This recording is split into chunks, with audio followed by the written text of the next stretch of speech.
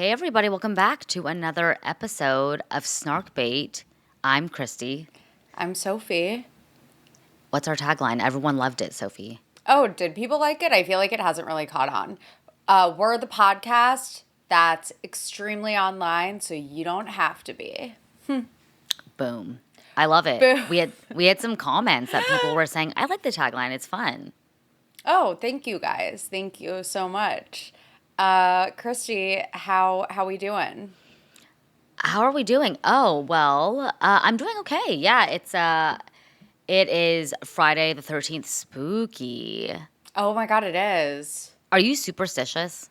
Yeah, I'm very superstitious. I mean, we both are because we're Jewish and Chinese, respectively. Yep. I don't like to walk under ladders. I don't like anything cracked, like Very mirrors that superstitious. crack. Also, Mercury's in retrograde. No So, wonder.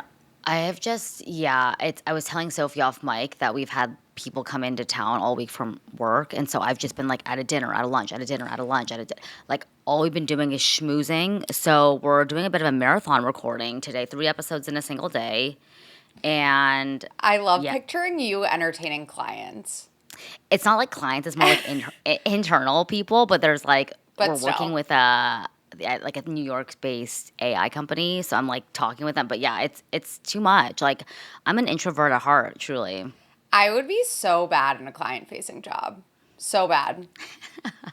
Yeah, no, I'm not really client-facing either, but like interacting with third-party like But still, vendors. having to Yeah. interact with people. I don't have to really interact with people in my job, No, luckily. you would be good. No, You're a schmoozer. I don't know if I am. I really respect like the salespeople out there that are really good with like my sister. Shout out Mandy. Yeah. She'll, take out clients to dinner and, wine and dine them. Like that takes a lot of skill. Can you guys give me some tips on how like you keep the pace? Because I think when you have these marathon weeks, I just find myself getting so lethargic.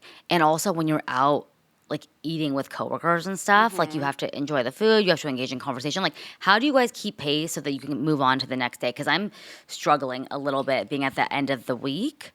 So let me know your tips. I asked a couple of my podcast friends, and they recommended like raspberry leaf tea, L-theanine for focus, like some supplements, some B12, some magnesium, things like that. So I take supplements kind of, but I'm not great at it. Like I'm not a girl who has like the pill box with like 5 million things, you know? Oh, same. I try to take my supplements, but like it's not something that I regularly remember to do. But I've also had like a marathon week where I've had something like every day. And this is actually my light energy object is forcing yourself to hang out with friends and go out, even if it's the last thing you want to do, because I've been exhausted all week. My social battery has been zapped. But like you have to make an effort. Otherwise, those friendships take effort, basically. So I've been forcing myself to, not forcing myself, like I love hanging out with my friends, but I've just packed so many plans into my past few weeks. And I saw this tweet that I really liked. It says, everyone wants a village, but no one wants to be a villager. Drive your friends to the airport, go to their party even when you're tired, stop canceling last minute, host at your place, support the wins and losses. It's worth every ounce of effort, which I thought was really interesting. I feel like I've shifted my perspective because I feel Yeah. like for so long I'm like, oh my God, I need to prioritize my mental health and I'm tired, which is also fair and true. Like, Yes. prioritize your own. If you are, burnt out, please, by all means, stay in. I feel like I did that a little too much for the past few years. Yeah. No, I totally get that. It's so much easier to like just say I'm comfortable right now. I don't want to get up. I don't want to leave the house, but I do feel like the juice is worth the squeeze. And I came across something online of someone talking about how even though something may feel like an inconvenience to you, like showing up to a baby shower or showing up to someone's birthday party when you're just super tired from the week, like you'll always come back more refreshed. And I feel like it takes little effort to be like a good person and to show up for your friends. And I feel like and that'll just come back and it'll reciprocate. So I feel like it's good that you're getting yourself out there and you're going outside and you're hanging out with friends, even though It's winter in New York City, and it's cold. Well, it's been actually fool's spring, as they say, which is the Ooh. fake spring before real spring. So it was like 70 degrees and sunny for like 2 days in a row, which was incredible. I actually laid out on my balcony with Baxter, Oh. which was really nice, but now it's back to being winter. It was snowing yesterday. Yeah. So, Well, Christy, you would never survive No. New York winter. no, I can't even handle when I could barely handle San Francisco when I lived there. Like, it was too cold. Didn't even snow. Did I ever tell you? I definitely told you the story when I visited my friend in San Francisco, and I was like, oh, it's like July in California. And I packed all like shorts and t-shirts. No, SF is consistently cold. There's never a warm day, except in like a couple weeks in September. Oddly enough, fall in SF is the warmest season of the year. I feel like California is like a different country than the rest of the country. Just, it's like so beautiful. The climate is so interesting. The coasts are so otherworldly. And then you have like the rest of the country. And then you have Ohio. Okay, now that you're saying that, do you remember that Patreon episode that we did about our dating misadventures? Yes, that was like one of our Obviously. first Patreons, obviously. It's one of our first Patreon. I'm Nick Lachey, Obviously, Nick Lachey. And remember I talked about that one guy I went on a date, like he flew to Carmel and we like spent a weekend together or whatever. Do you ever check up on like exes or like people that you've dated to be like, oh, have they had a wedding? Like, are they married? Do they have babies? Oh, so I actually still follow on Instagram a lot of guys that I used to date or like hook up with when I was pre-Henry, when I was a single woman. And I also have, and this is so embarrassing to admit, let me know if you guys have done this too. I shouldn't even admit this because it's so embarrassing. I've searched like ones that I don't follow online that I remember their name. I'm like, I wonder what he's up to. I've Googled their name plus the term wedding website. No, same. So that's what I was getting at. No joke, Sophie. That's what I was getting at. Because a lot of these guys don't have social media. Like, so I can't even find them on Instagram. So I've done the same exact thing. So that's what I did with this one guy. And for the record, I'm very happily married. Christy, you can attest to that. Very happily married. Oh, no, it's completely just curiosity. Yeah, exactly. Absolutely. I think every woman and man listening to this show, you guys are similar to us. Like, we're just perpetually online. We're just nosy in general. Yeah. So, like, we're going to go out and decide whether or not this person has gotten married. And then I need to know why that person I went to high school with got divorced. Oh, I've literally gone so far as to try and find like Orange County public record. Like I was like, what was the reason for the divorce? No, that keeps me up at night. I'm being serious. Like I'll reach out to people from high school I haven't talked to in years. Hey, how's it going? Do you know why blah blah blah blah and blah blah blah broke up? I noticed that he's not living in this city anymore with her whatever. Oh my God. So anyways, what I'm getting to is that I found out, this is the one time it worked. I typed in first name, last name, wedding. Love. All the photos came up. Oh my God. Yep. I had myself at 15 minutes just scrolling. It was lovely. I was Was just like, his I'm so wedding happy. like published in a publication, or was it like his engagement photos on his wedding website? It was the wedding photos from the photographer. Oh, like Yeah. the photographer had like an album on their website. Mm-hmm. Oh, so I had a time. I was like, oh my, I was like, wow, he looks great. A little bit older, a little bit more salt and pepper. But Good for him, though. I'm so happy for him. You know what? Happy ending. As long as he deserved. Did he deserve a happy ending? I forget. He's fine. Like, yeah. No, I don't have issues. Wait, I don't take issues. was he the one who? Am I allowed to say the welcome party theme? Oh, yeah. Whatever. Don't say it, but yes. Oh, never mind. I won't say it. Okay, No, sorry. but like, yes. A very interesting welcome party theme. I remember you telling me about him. Well, because it was in New York, not New York City, New York State, I think. And I sent Sophie, I was like, hey, have you heard of this event? She goes, would never do it myself, but it's fine. Not really my style, but that seems like it's fine. Oh my God. Wait, can I tell them the story about the credit card? Oh, yeah. Yeah. Okay, so Sophie and I, we wanted to gift one of the girls on our team something. So Sophie's like, oh, should I use like my personal or business? I was like, you can use the business card. It's fine. So Sophie goes, yeah, don't worry, I got it taken care of. As do you have her address? I was like, yep, have her address, whatever. So Sophie's like, yep, got it, on it. So Sophie goes, you sent me the business credit card a couple weeks ago, and I have yet to activate it. I was like, oh, you can call like the number on the back of the card. She goes, yep, done, activated, all set and ready to go. I'll buy it right now. So she texts me and she goes, hey, like it's not working, so I'm going to use my personal credit card. I was like, oh, okay, but did you call the number? She goes, yeah, I did. I'm waiting until Henry gets home because I don't know why it's not working.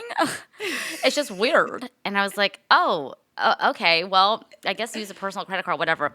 I'm going to call their help desk later. Like, it's fine. And I was like, wait. Did you put in, like, my zip code? Because it's associated to my address. She goes, no, I put my New York City address. Is that a problem? And I was like, wait, no. Like, since when does billing address actually matter?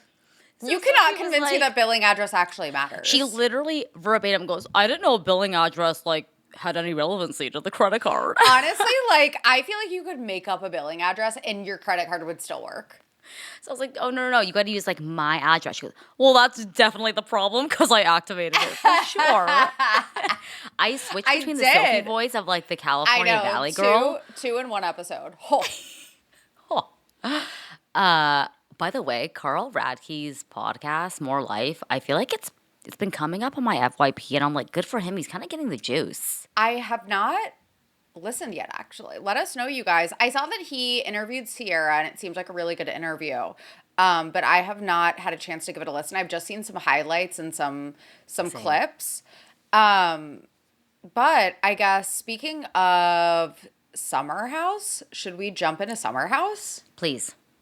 Okay, so the first thing that I want to say is that, as you guys know, I'm a certified West, not hater, I'm a West truther. I see through the performance, okay? So his whole, like, I'm a little boy who doesn't know how crushes work thing. Like, I'm not buying it, okay? Yeah. West only wants what he can't have. And the fact that Jesse was hanging on to Sierra last episode, now he's like, oh shit, my boy is all over my ex-girlfriend. I'm putting that in quotes, and now I gotta jump back on it. Yes, classic exactly. Fuckboy. Yeah, so he wants Sierra because Jesse is interested. And then also the fact, in my opinion, that he knows that the audience wants him to appreciate how amazing Sierra is. Because the audience did not like it when he basically disposed of her and trash talked her multiple times in front of the entire world. So I think it's all performative. Do I think that he's like actually in love with Sierra? No. Because he can't even say that he has a daytime crush on her. He calls it a nighttime crush. Like, it's so obvious that he either just wants to hook up, satisfy the audience perception of him, and also win over Jesse, in my opinion. Yeah, I think you're spot on. And I think that West, I actually was thinking about it when I was watching the episode. When they're filming, if I were in Sierra's position, I would be like, are you doing this to like create the storyline? Because that's what the audience wants to see, a reconciliation between the two of us. Like, to me, you've talked about it so often. West knows exactly what he's doing. He's very, very intentional about what he shows on TV. And I feel like behind the scenes, he's probably dating so many girls. I mean, he's been spotted with like so many different women all over Dumois, like every other week. Him and Sierra clearly aren't together. And to me, the viewers on Bravo shipping them, I'm like, I hate to say this, but like Candace, you need to use discernment when it comes to Wes and Sierra. He knows exactly what he's doing when it comes to his storyline and pushing that storyline along, giving Sierra her flowers, knowing that she is so dreamy and such a dream girl, and he needs to win over his boy. Yeah, and it sounds like he doesn't make any effort when cameras aren't rolling. Yes. Like, it's literally only when they're in the summer house, when they're filming, that he shows any interest. And that's why she's like, okay, what? Like, Wes suddenly has a crush on me? Like, what? And then also I want to talk about Bailey versus Ben. Oh my God. So I didn't like that. I rewatched it this morning just to make sure I recollected this entire scene correctly. Did not like it. So basically, to recap, Bailey made a bad joke at dinner because they were all going around at Amanda's birthday dinner saying things they love about Amanda. And Ben goes, well, I'm a smile and eyes guy. And And Bailey The way goes, that your eyes were so deadpan while you did that. That was good. was that good? Yeah, that was really good. Oh my God. Australians weigh in. Yeah, let us know. Let us know, Aussie listeners.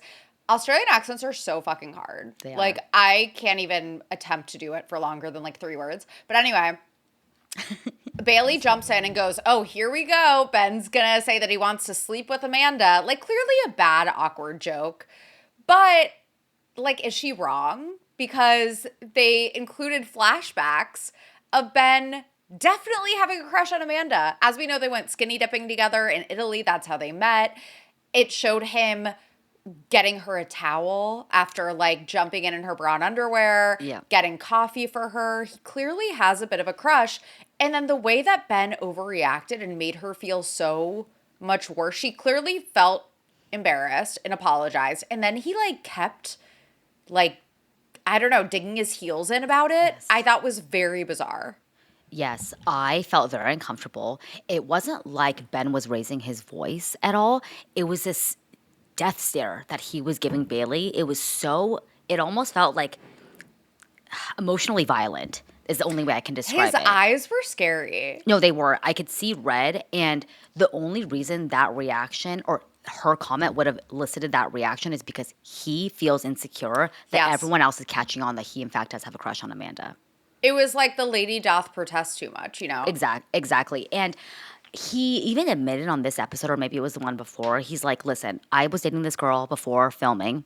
I told her I wanted to have fun over the summer and we can reconvene. And she was like, what are you talking about? I'm not someone that's going to wait for you after you're done filming. He's such a fuckboy. And I was listening to Watch What Crappens, and they were like, he had a girlfriend the entire time. He was just cosplaying as a single guy so that he could be on the show. Like, I don't find Ben authentic at all. And the fact that he was even the Bachelor at one point, you're thirsty. So it sounds like the girl that he was referring to is the same girl that he's currently dating. Oh. I don't know, though. Like, I'm asking. Like, is that the case? Because if he had a girlfriend all while filming and he's talking about this girl that he really liked, but, you know, he wanted to be single for the summer. Yeah, whatever it is, it's not a good look. Like, let's say he didn't have the girlfriend the entire time of filming. He still left this flame that he really cared about to film and have a good summer. And like, I don't know. Something about him feels very disingenuous. I don't even know how he really came upon this group, to be honest. And I feel like before this last episode, he was just kind of there, a handsome fella, had an accent. It was just kind of, he was an okay addition. After this, he just, I don't know. I feel like the good thing about Summer House is these men are usually, I don't want to say like respectful of women. They're no Southern Charm. Like, I feel like for the most part, they're fun. They have real relationships with the women on the cast. Ben doesn't feel like he respects women. That felt angry. They don't usually yell at women the way that Craig Conover does. Right. Unless, I guess Kyle Cook. Yes, I mean, I think it's the better of both evils, I would say. But when we're thinking about Craig, and that's also a show we're going to talk about as well, The Bars in Hell, but you guys know what we mean. Like, Southern Charm is far worse when it comes to men speaking to women than Summer House is, and I feel like Ben better belongs on a show like Southern Charm than he does on Summer House. Ooh, that's the ultimate diss. Shots fired.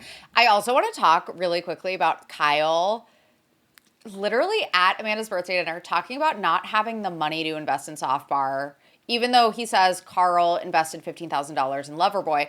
And look, like, no one is legally required to invest in anything. Right.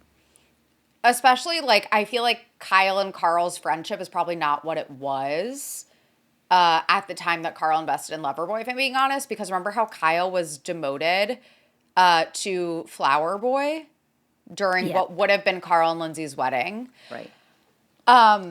So I don't think it's that big of a deal, in my opinion. And it's also very clear that Loverboy is not doing well. So I totally believe him that, he's like, I just don't have the funds. And also, like, at the time, everyone was like, Soft Bar is a stupid idea. Soft Bar seems to be doing well, but, like, no one thought it was going to be, like, successful. I mean, jury's still out if it is, honestly. But it seems to be doing well. But in that same breath, he whips out a $9,000 Cartier watch for Amanda. Mm-hmm. And then he's like, look, everyone, look, I'm husband of the year. Did you see that? You can tell, and I like that you wrote this down on the notes. He made the watch gifting moment all about him. It was not about Amanda getting what she wanted. Rather, it was like, look how good of a husband I am. Yes. Because also I was like, why are you giving this in front of everyone? First of all, you were just talking about how, you had to invest $500,000 in Loverboy and therefore you did not have the money to invest in Softbar. And oh my God. And then also like giving a luxury gift to your spouse seems like something that's like a private moment. Agreed. And shouldn't be like a group dinner thing. Unless you're PK and you gift or read like a Maserati. PK? On, like, episode. Me and PK I'm in Florida with the kids and the grandparents. But no, I think that Kyle made that moment all about him. And Amanda made a comment on the episode. Now that I got the watch, I can leave him. And yeah, love that. Yeah, people were saying she knew after filming she was done with this relationship. That was her Freudian slip. Love it. Speaking I love that. Bravo. You've seen Lola blankets on TikTok and Instagram. You've heard us talk about them, and we can tell you firsthand how much they live up to the hype. Everyone who comes over to my house becomes obsessed with them after one couch sesh with a Lola blanket. They are that soft. They've truly become my go-to gift for everyone in my life, whether it's for birthdays, weddings, housewarmings, new babies, or just because. And what's not to love about them? They're machine washable, double hemmed, and made to last for years. No shedding, no pilling, no delicate care instructions, just something you can just genuinely use and enjoy every single day. How many purchases can you say about that? My Lola blanket is such a huge part of my nightly unwind routine. After we finish recording, there's nothing I love more than making a TV dinner, taking a gummy, and turning on the absolute most mind-numbing episode of Real Housewives of Beverly Hills. See for yourself how much they live up to the hype. And there's a lot of hype. They have over 10,000 5-star reviews for a reason. For a limited time, our listeners can get 40% off select Lola blanket products with code SNARK at checkout. Just head to lolablankets.com and use code SNARK. After you purchase, they'll ask where you heard about them. Please support our show and let them know that we sent you. Wrap yourself in luxury with Lola blankets. As you guys know, Christy and I are both proud aunties. And for as long as I can remember, my nephew Miles loves to eat Little Spoon. They've been such a staple in my sister's house since he was a baby. They're also the kind of meals and snacks that you want to steal from the child. So just a heads up, because they just look so good. Miles is almost 3 and he loves the Little Spoon plates. They're heat and eat meals with superfoods and hidden veggies, perfect for picky eaters and getting mealtime on the table in minutes. His favorite and my favorite are the mini pancake puffs with chicken, vegetable, maple sausage, and sweet potato, along with the mac and cheese with invisible butternut squash and carrots. I'm getting hungry just thinking about it. Little Spoon also has the best snacks for when your toddler is on the go. Miles loves the puffs. They're organic, made with simple ingredients, and easy for his cute, chubby little hands to grasp, supporting oral motor development while adding a nutrition boost. Love that. With 100 plus ingredients banned across the board, you don't have to overthink labels or second guess what you're serving. It's already been thought through for you, and that confidence makes all the difference for parents and aunties like me everywhere. Feeding the kids doesn't have to be complicated. Little Spoon makes it easy with real, nutritionally balanced meals and snacks designed for every stage. It shows up ready to go, takes the pressure off, and somehow still gets devoured, veggies and all. No artificial dyes, flavors, or sweeteners either. And you know what? That's a win any parent will take every time. Get 30% off your first online order at littlespoon.com/snark with code SNARK. That's LITTLESPOON.com/snark with code SNARK for 30% off your first order. Can we talk about Southern Charm? Yes. I have to admit, I really like Sally. Like, I know that's a hot take because I know that she's one of the most hated women on Bravo right now. People find her creepy, weird, throwing herself at men. And yes, all those things are true. But I think we got to bring back authenticity to our reality TV screens. And while I do think she is all those things, I really respect her for being honest. I do think she's hamming it up for the cameras, though, 1,000,000%. When she was left at that Carolina Day party and Austin was like through the gate, she was like, I like you. You Why could was tell. that so cinematic? It was so cinematic because it was like the lights were like up on her face. And he was like through the fence, like holding the fence. Yeah. But he even made a comment, I think, recently of Sally and I are not as hot and heavy as she's leading you to believe. Oh, he said that recently? Yes. Because they've been filming TikToks and they have been hanging out. But I feel like Sally is playing into the storyline that was, filmed however many months ago for cameras right now, even though it's probably like a friendship, friends with benefits thing. But I think if they really were dating, we would know about it by now. I mean, I feel like it's like pretty obvious that he's like, he doesn't see her as a real prospect. Agreed. I don't think he has like, unfortunately, the most respect for her. It seems like, and I think it's because she throws himself at him. Yeah. But okay, so Sally, I totally see what you're saying with Sally because I actually do appreciate she's a chaos agent. We talk all the time about how chaos agents are sometimes a necessary evil for Bravo shows. Yeah. Kristen Doty is one. Lindsay Hubbard is one. Lindsay obviously has calmed down a lot this season since becoming a mom to baby Gemma.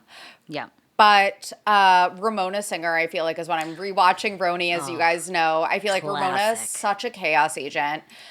So I feel like Sally definitely falls into that category because she has this kind of like lack of self-awareness. She is like not so aware of the cameras, in my opinion. And you said, you're like, I feel like she's playing it up a little bit, which I do agree with to some extent. But I don't think she's trying to like manage audience like perception of her, which I feel like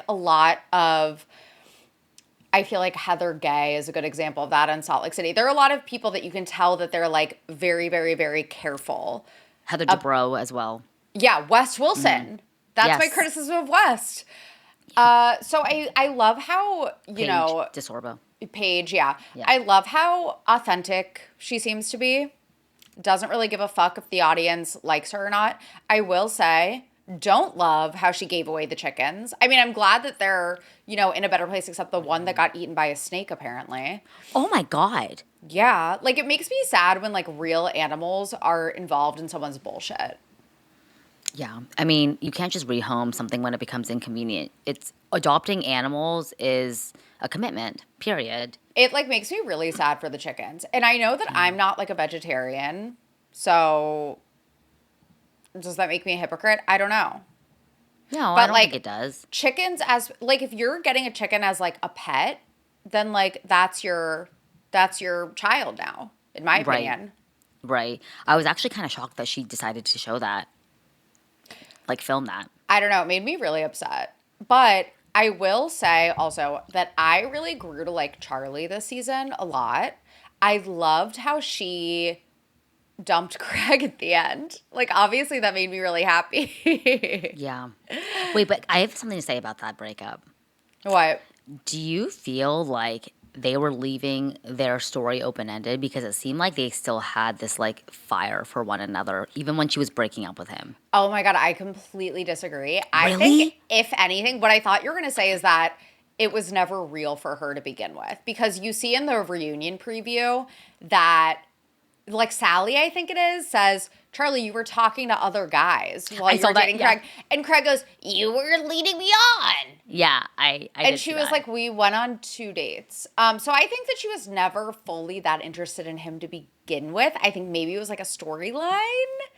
But I love that she drew the line either way at the Mexico incident where he screamed at Sally. Like, she was like, no, like, we're just friends now, purely just friends. And of course, his first reaction is to blame Sally for Charlie dumping him, even though Charlie dumped him because of his behavior, and it wasn't anything Sally did. Zero accountability. Yeah. And introspection, I loved, no introspection. Did you love how Austin called him out on that? Yeah. He was like, you can't look at yourself in the mirror. You can't be honest with yourself. There's no self-awareness. Yep. And I feel like the reason why Craig has so much beef with Austin is because Austin behaves as a mirror towards his behavior. Austin is no longer letting him get away with the things he's historically gotten away with on this show. He is the main character. People do give him a lot of grace, including Andy Cohen. But I was really proud of Austin for literally calling it as he saw it and as the audience sees it and has been seeing it. Yeah, he called him out for having an anger problem, never knowing how to take accountability. And I was like, oh my God, I feel like you're being a proxy. Being a proxy for the audience right now. Like, I really appreciated that. And I feel like that's why I always have a little bit of a soft spot for Austin compared to at least, the bars in hell for Southern Charm guys. Between Shep, Craig, and Austin definitely is far more grounded in reality. And Craig we've said this so many times on this show, especially this season, the mask has slipped. He was on his best behavior with Paige, and I think he's really going through it with his breakup. And I think that at this point, I understand when you're going through something difficult, whether it be a breakup, a family issue, really difficult feelings are going to start bubbling up, but it's up to you as an adult man who's 36, 37 to really process those feelings and not let them lash out in a way that is violent and scary. The way that people have deemed him quote unquote scary across many seasons, you have a problem. If we can see it on film, I don't even want to know what they're seeing behind, what we're not seeing. He's a scary person, and that's definitely why Paige left him. And do you remember last season when Paige made a comment? Just remember, if I ever need to, escape leave in the with middle the kids, of the night. Yep. She's alluding to the fact that he gets scary when he drinks. Yeah, and remember that one DM we got from someone who DM'd with Paige and said, you inspired me to break up with my alcoholic boyfriend. And Paige said, I kept picturing me and my kids upstairs while he's downstairs drunk. And I think that his alcohol problem, his anger issues definitely had something to do with her choice to leave him. Yeah. But also in the reunion preview, didn't you love how he's like, I don't even know if I'm coming back anymore, threatening to leave the show, as if he would ever leave the show. He is way too much of a narcissist. And he also, it's what is Sewing Down South without the show? You made a comment a couple Dark Energy Tuesdays ago, and I've actually been thinking about it as I've been watching these shows, about men on Bravo whose entire careers and life paths are altered the second that they get on reality television. And I juxtapose that with the women on Bravo and how they take their careers on reality television to a whole different level by hosting and ventures, different independent starting ventures. brands. Businesses, exactly. Yeah. And I think with men, obviously the consumer economy or the creator economy is far different for women. But I think with men, they're not able to monetize in the same way that women are when they're on reality TV. So they actually just take a different path of more drinking, more partying, more women. Yes. And also it's because Bravo is such a women-centric network. Exactly. And these straight guys are like, look at all these fans of BravoCon treating me like I'm, Paul Justin McCartney. Bieber. No, yeah. Seriously. I love how you said Justin Bieber and I said Paul McCartney. Same thing. Same thing. I want to move on to this Timothée Chalamet situation because also the Oscars are this weekend. Yes. Should we? Okay, so we have a Patreon episode that we're recording after this. Should we do, and I'm talking to you like we're not on the mic right now. Should we do an Oscars emergency press conference? I was going to say, Patreon? should we do a business runners live chat? Ooh, that could be fun too. Okay, TBD, you guys. We will let you know at SnarkBaitPod what our Oscars coverage will look like because we definitely want to talk about that because because it'll be in the past. Oh my God, you're right. Yeah. Well, regardless. You guys, I'm so stupid. We're recording on Friday, March 13th, like we said. So we're in the past, but hopefully you follow us at SnarkBaitPod because we will always post, any sort of breaking emergency press conference, any sort of Patreon live chat on our Instagram because sometimes those happen at the last minute. In this case, clearly. So we will have some sort of Oscars coverage for you if it hasn't already happened. Right. But he is getting a lot of heat, and people are now saying this is going to impact his Oscar awards. Do you think that's true? I don't know how this works. Like, did they already pre-select? Oscar voting is done. And Oscar voting was done basically before this whole controversy, which I think is really overblown, honestly. If you guys missed it, Timothée did like this interview with Matthew McConaughey where he said, I don't want to be, in charge of reviving a dying art like opera and ballet that no one cares about anymore. And sorry if I offended you, that'll cost me about 84 cents in business. Like, yeah, it was like obnoxious, but also like he was making a point that like he doesn't want the movies to become a dying art. And he's not wrong about like, when was the last time you went to an opera or a ballet? Like, unfortunately, it's not, and the New York like opera house and the New York City Ballet and all of these different like celebrities all came out and they were like, have some respect, Timothée. Doja Cat. And then Doja Cat was like, I'm sorry for jumping on the bandwagon. That was really performative of me. Because kind of the tide started to turn. Everyone was like, he was making like a decent point. It was just the delivery was kind of obnoxious. Like, I feel like it's a culmination of him being really cocky during his Marty Supreme tour. And then also the Josh Safdie stuff where Josh Safdie was accused. And Josh Safdie is the director of Marty Supreme. Yep. And there was a movie where an underage actress was basically assaulted during filming, and it was not... Of Marty Supreme? No, not Marty Supreme. It was another Josh Safdie movie. And Josh Safdie apparently did not yell cut or step in when this happened. And it was a whole expose that I think is more likely to affect the Marty Supreme, not just Timothy's chances, but Marty Supreme in general. So... yeah, I mean, I feel like it's kind of been blown out of proportion, but will his bad press in general, and I think also the Kylie Jenner relationship. Yes, I was going to say that too. There's a chance that is, like, according to Polymarket, at least, Michael B. Jordan is the favorite now to win. Yeah, I don't disagree. I think that his arrogance in that interview with Matthew McConaughey was very, very strong.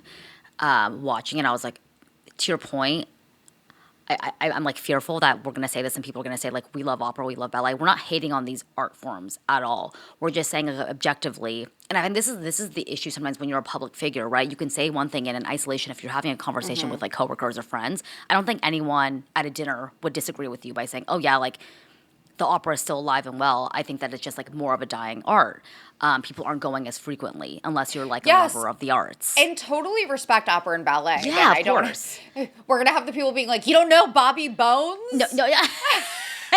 No, I know. I'm like fearful to even say this because I'm like scared what people are going to say. But like, I think you guys understand what we're saying. It's like if Timothée Chalamet was a coworker and we were having dinner and he's like, oh, I'm glad that we're part of an industry accountancy that's not going to die as quickly as opera about. Like, you wouldn't necessarily get offended, but I think people are so quick to jump on a bandwagon and then they hate him already because he's dating a Kardashian. He was so arrogant on the press tour for Marty Supreme. He's becoming this arrogant actor that we can't relate to anymore. Like, off with his head. And it's like, I think we understood what he meant, but his delivery was undoubtedly arrogant and conceited. I mean, people's brains are broken. I feel like maybe ever since COVID. Yeah, great. Where it's just, we live in like a cycle of outrage culture. And do we play into it? Absolutely. We're not exempt from it. But it of seems course. like, Chase Stokes, I mean, hello. Yeah. It's like we're outraged constantly. Yeah. You guys know we are. Yeah. So I feel like it's just the culture that we live in now is to find a new target every week. And not to say that I'm like, oh, poor Timothée Chalamet. He's going to be just fine. He's like the biggest movie star in the world. He's going to be fine. He will, if he doesn't win an Oscar for Marty Supreme, he will win an Oscar eventually. I guarantee it. Did you ever end up seeing Marty Supreme? No. So the character is not likable. And he's actually extremely, extremely grating and cocky. And so I feel like that was also like part of his press tour for the movie was him like being Marty Supreme and being this cocky character. A little bit method, I guess. Yeah. I didn't see it as like super genuine. I thought it was kind of like a bit, honestly. So that's why I wasn't like outraged. And also I'm a diehard Timothée Chalamet stan. So like I know that I'm probably like, I'm giving him the benefit of the doubt, but I'm curious to hear what you guys think about this whole scenario. Yeah. Yeah, I think it's not as deep as I think people are as outraged as they are on the internet. I don't think it's as deep as that, but Yeah. I put in my notes here. I'm like, do you know how many accountant jokes I come as strays? Like, accountants are boring. I never once have I gotten insulted. Or like people saying pop culture is vapid. I don't take that personally. Okay, like if you think that that's your opinion, that's my opinion. Like, I That's my don't care. opinion. Like, I just Yeah. don't care what people have to say about it. Like, okay, well, then that's your opinion, but I Podcast, don't care. there needs to be tariffs on podcasting equipment. Yeah, like if people were saying podcasts were a dying art, I wouldn't I'd come be on like, here and be like, okay. yeah, I'm like, okay, well, that's fine if you think that, but we're I don't know. still, it's a business I'm for us. curious what you guys think. Also, like the amount of people that are like a journalism degree, because I majored in journalism. What are you going to do with that? Exactly, exactly. It's like, you know how many strays that you and I hit for our line of work, and I never once Yeah. say that I get offended. It just is what it is. And joke's on you guys because AI can only do so much when it comes to the written word. Yeah, there you go. Exactly. Um, No, but you know what I mean? I feel like the jobs that are being unfortunately taken by AI, I feel like a lot of them are the jobs that you would think were the safest to, like engineering or like computer, like software. yeah, And all of these jobs, and those were like the safe degrees to get that are I the know. ones that are being, and then like the jokey degrees that everyone made fun of, like journalism. For some reason, AI has not been able to master the written word quite yet. Everyone knows when someone has written something in AI. But either way, nefarious. Yeah. But I have to admit, I do love myself some Claude. Oh my God, you and Henry. Henry I loves love Claude Claude. too. No, it's like, it's so good. If you're in Excel, Claude is like, Oh my God, it's that's what incredible. Henry's been doing with it. He's like been Oh, teaching it like how to like format and like spreadsheet yes. things. Yes, it is. I've never seen anything like it. Like, it's magic. Sorry, a bit of a sidebar, but Yeah, yeah. sorry about that sidebar about AI. But anyway, speaking of like celebrities in the hot seat, I want to quickly talk about this Chappell Roan thing. Did you see this? Yeah, I mean, when is she not in the hot seat, though? This is like every news story every week. It's Chappell Roan pissed. Chappell Roan angry I at feel like this. she really clearly hates being famous, I guess. Okay, so for context, she was at Paris Fashion Week and there were like two photographers taking pictures of her, two paparazzi. And I get that paparazzi are really obnoxious for celebrities and really invasive.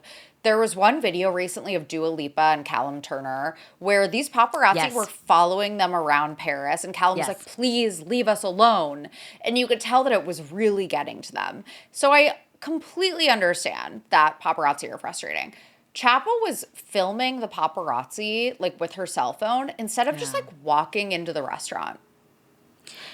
Yeah, you hate us so much, but then you want to like take a TikTok with us? Like, what do you mean?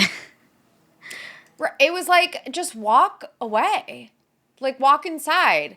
And I don't know. There's something that I think is a little bit grating about the way that she acts. Like she's always angry about the fact that she's famous, Yeah. but she doesn't need to be famous. There is a world where you can make art anonymously. And also, Yeah. if you hate being famous, and I saw this about like Joe Burrow. I remember the exact same. He went to Paris Fashion Week, but he complains about like he just wants his privacy. And I love Joe Burrow. It's like not a dig against him, and I love Chappell Roan's music. But it's like if you hate being famous so much, then like stay home. You don't have to go to Paris Fashion Week, you know? Yeah. And unfortunately, that's the price you literally have to pay to make as much money as every one of Yes. these celebrities are earning. Like, it just comes with the territory. And I understand you don't necessarily know or understand what it is like until you have to experience it yourself. And I have no doubt that it is so mentally taxing. But then at that point, it's like maybe I don't know, the way that you engage with paparazzi, don't feed into it because then it's gonna make you resent Yeah. your job even more by like getting angry. She's Yeah. putting too much energy, I think, in the anger of like her job. And I feel like if she were to just let it be, she would feel a lot more satisfied with the role. Of course, me coming from like I'm a nobody and saying this about her, I have no doubt it was like it would be so hard.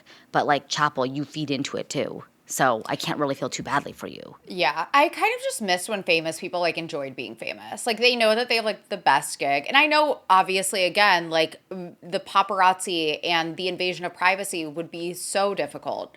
But like you get to be glamorous and wealthy and adored and all of these things that people dream about. You get to make your art and make millions from it. Yeah. You get to go to like Paris Fashion Week. Like, I don't know. It just seems like, just like enjoy it for what it is. Obviously, it comes with its cons, but there are so many pros. And it's just, she always seems so miserable about the fact that she's famous, but she doesn't have to be. People were also saying, they're like, Chappell, you don't even know what it's like to be famous. Like, Britney. imagine Britney Spears. Yeah, I was going to say, Britney Spears, 2005, like 1999 to 2007, she couldn't even take a breath without cameras like being up her nose. And it was like 40 paparazzi at once. Yeah.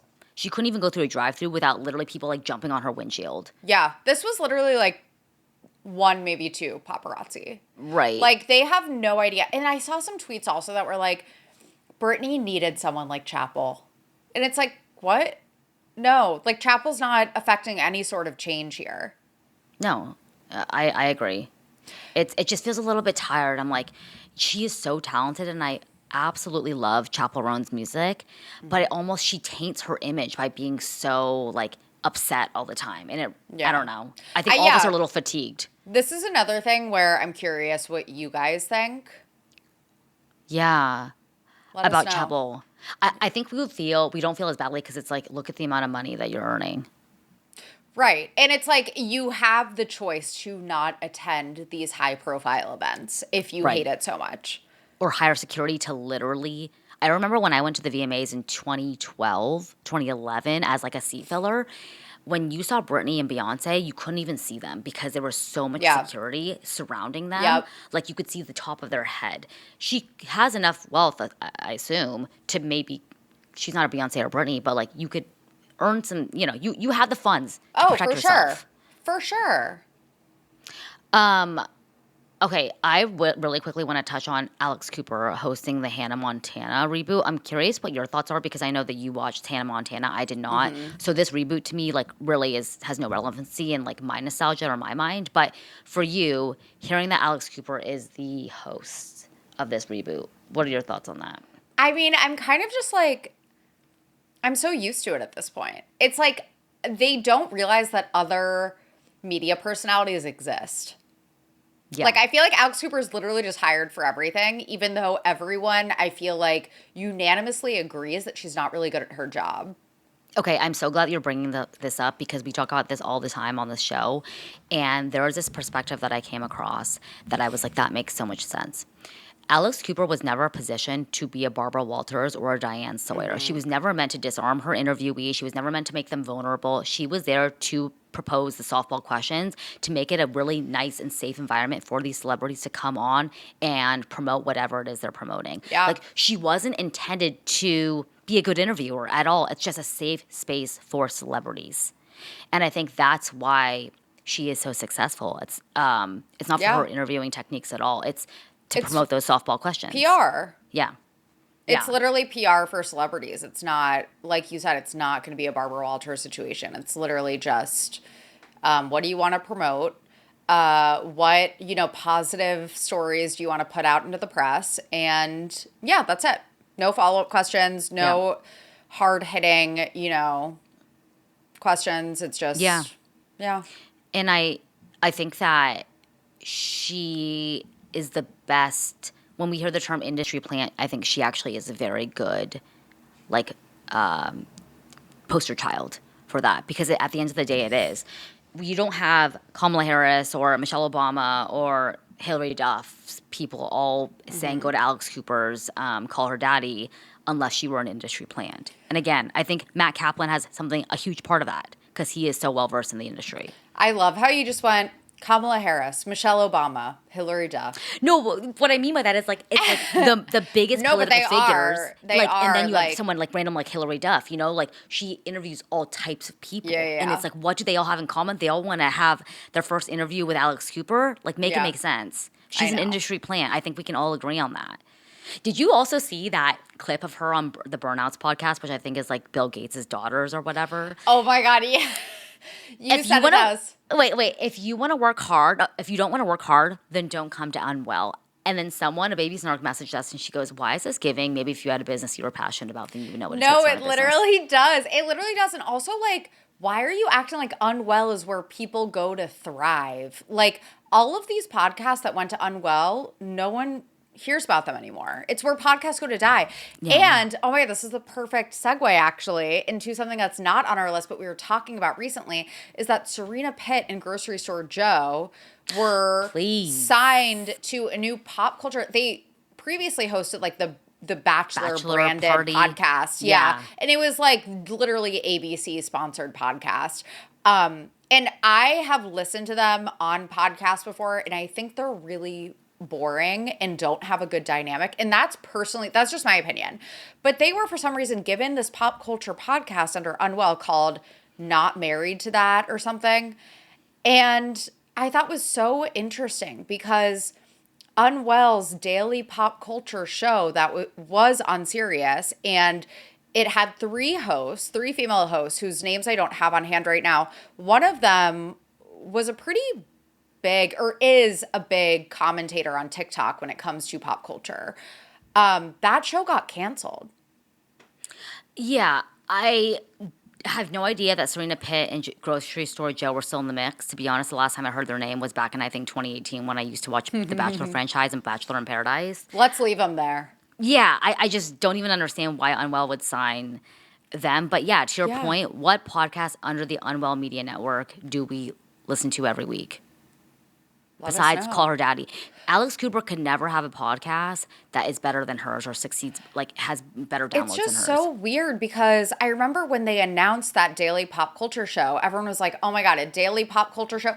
I never listened to it because I don't have Sirius. So like, I don't know, was the dynamic not good? It's like, it was around for less than a year.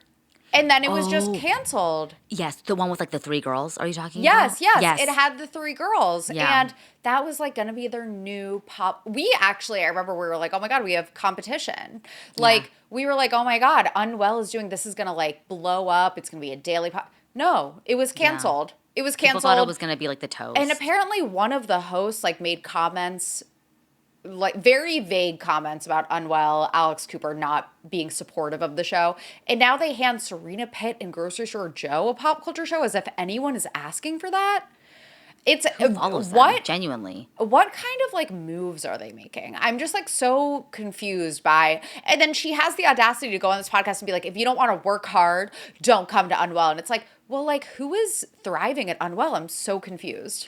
I feel like she's talking about Unwell, that is the brand, like the drinks and the media events and stuff like that. But like, she doesn't give one shit about any of the podcasts. Because she doesn't want any of them to like overshadow hers. And people say the same about Nick Viall's media network. I forgot what it's called. NV Media. Which, speaking of which, NV. Oh my God, he's so. I know, I hate him. One of my dark energy objects is that new Netflix show, Age of Attraction. So I refuse to watch it because it's hosted by Nick and Natalie, and it's also a disgusting premise. It's basically normalizing like creepy age gaps. It's taking like 21-year-olds and like 70-year-olds, and it's kind of like Love is Blind, but they're age blind. So I think it's gross. I'm boycotting it. One of my girlfriends was texting me and she was like, you know what? I can't resist. I'm gonna check it out. She gave up after one episode because she said it was so boring. And I'm like, so not only do they have a problematic premise, problematic host, but they're also boring. Oh my God. It was funny. I stopped by my mom's house yesterday and Age of Attraction was playing. I was like, what the? Like, Wait, Nance? she was watching it? Yeah, I was like, Nance? Like, what are you doing? But I didn't even ask her what she thought of it. But I was like, huh. But I was talking to Rachel, our social manager, and we were both like, we'll probably watch this. I'll give it a shot just because I'm very, very curious. And I hate to give Nick and Natalie downloads. But, I'm going to do it for the craft and for the podcast just to report back. I think you should. Maybe that could be a good Patreon episode, actually. Yeah. Please. Because I refuse to watch it. Yeah, I don't blame you. Speaking of dark energy objects, do you want to get into those? Yeah, let's do it. Again, I feel like I've had a week and I'm in my luteal phase of my cycle, and I just feel like I'm sensitive, I'm craggy, I have hormonal chin acne, and I feel bloated, distended, physically unwell, emotionally unwell. Like, what are things that help you guys? And don't just say like drink water and get outside. Like, I know, like I need tangible things, like more supplements, something, because I'm just like not well this week. Yeah, Christy, you were texting me about this, and I was like, I don't know. Like, my cycles are always very mild. Other than my period, I do get like really crampy. But like for the most part, I feel like my personality, I'm always like a hormonal bitch. So Oh, see, I don't notice my personality shift or my symptoms shift throughout the month. But yeah, Christy was like, I need tangible solutions. I was like, yes. a heating pad? I don't know.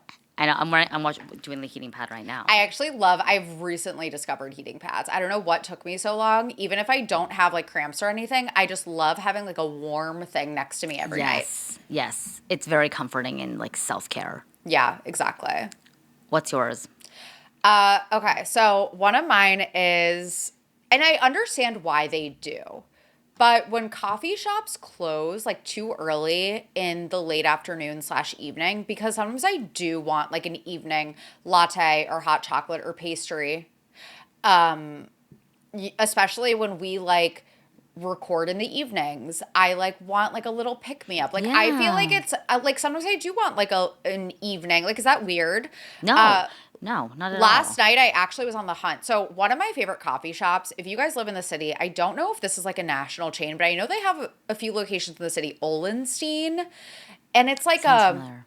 it's like Nordic, I guess, where they have like a bunch of like fancy Nordic type pastries. I don't know.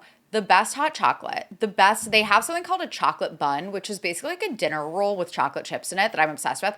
Oh, I was yeah. craving that last night. And I understand again why coffee shops close at 7 on weekdays. It's like they open at 6 a.m. That's when they make the most money, is in the morning. But I was like, I really, really, really want like a pastry and a hot chocolate right now. So I actually found this one place on the Upper East Side. If you guys are on the Upper East Side, oh my God, now I can't find the name of it, of course. Okay, I found it. La Bombonera. I don't know if I'm pronouncing that right, but it's like a wine bar / cafe. So Oh, it's like cute. the wine bar part, it's open late. And then they also have their coffee, their hot chocolate, their pastries. I So love that. found it. I was so thrilled. But yeah, I just implore coffee shop owners, if you're listening to this, I understand why you close early in the evening, but some of us are like night owls. Yeah, I totally know what you mean by just wanting a pastry midday. I'm like constantly craving an almond croissant. That's Doesn't matter what time of the day. You would. I love an almond croissant. You don't like them? They're my favorite pastry. I always want like chocolate. I want Oh, see, something I don't with like chocolate. chocolate. I I love don't like a chocolate. pain au chocolat. Yeah, no. I want like an almond croissant. I love like the like kind of like stuff inside. Oh, it's so Oh my, good. you would love Olenstein. When you come to the city, I'm taking you there. They have Yeah. like just every sort of pastry you could ever imagine, and savory ones. They have like cheddar jalapeno, like scones. Oh my God, I just love a pastry. Yeah, I'll be there in June. Let's do it. Let's do it. Speaking of, do you want to announce our special guest for our LA show? Because the cat's out of the bag. Oh no, we did. We did Did we? on, I forgot which episode last week. We did, but in case you guys missed it, Ryan Bailey is our guest of honor at our LA show on May 15th. So don't forget to get tickets at x1entertainment.com/snarkbait if you will be in the LA area and you want to meet trigger warning Ryan Bailey or us, but like I know that Ryan is going to be the hot commodity. so Yeah. What are your dark energy objects? Do you have any other ones? My luteal phase. Oh, your luteal phase. Okay. Yeah. Light energy object. This just felt very appropriate given the week I just had. I just need to sleep in. Like I literally need to have a day where I sleep in till 1 p.m. Okay? It's the Everyone best. away. Like back off. Out of the way. Out of the way. Yeah. Sometimes it's just necessary. Yeah. So I like need today to be over, to be honest. Like Yeah. love you guys, but like I need the workday to be over, you know? We're almost there. Yeah. What's yours? I said we it at already the talked top about of the episode, forcing myself to see friends even when all I want to do is like go home after work and I'm really tired. It's always worth it. Again, friendships take work, and I feel like so many of us have become complacent with being home buddies and being insular, especially in the winter. I Yeah. totally get why in the winter nobody wants to leave their house, and like I am included in that. But I just want to remind everyone that like that tweet said, actually, let me credit that person who tweeted that. I just realized I didn't. Everyone like wants a village. Adele underscore block, BLOCH. Everyone wants a village, but no one wants to be a villager. So if you want a village, you have to be a villager. That's amazing. I was like, was it Marilyn Monroe? Marilyn Monroe. We're talking about all of like the fake quotes attributed to Marilyn Monroe. Like, let's give me a break. Like, back in 2009 when we all thought she said like everything inspiring. I'd rather be absolutely ridiculous than absolutely boring. Yeah, like she didn't say that. Shut up. She didn't say that. Okay, we love you guys so much. If you guys want to follow us on Instagram, Sophie posts the funniest carousels for DET at SnarkbaitPod. I'm at Christy_Noel__. Sophie's at Soph_Ross. All of our links to our live shows, to our Substack, substack.com/@SnarkbaitPod. All the good things are in our show notes. So head on over there if you guys want to hear more. Otherwise, we'll see you on Wednesday for another episode on the Patreon, and then Thursday for another deep dive. Love you guys so much. Bye. Bye.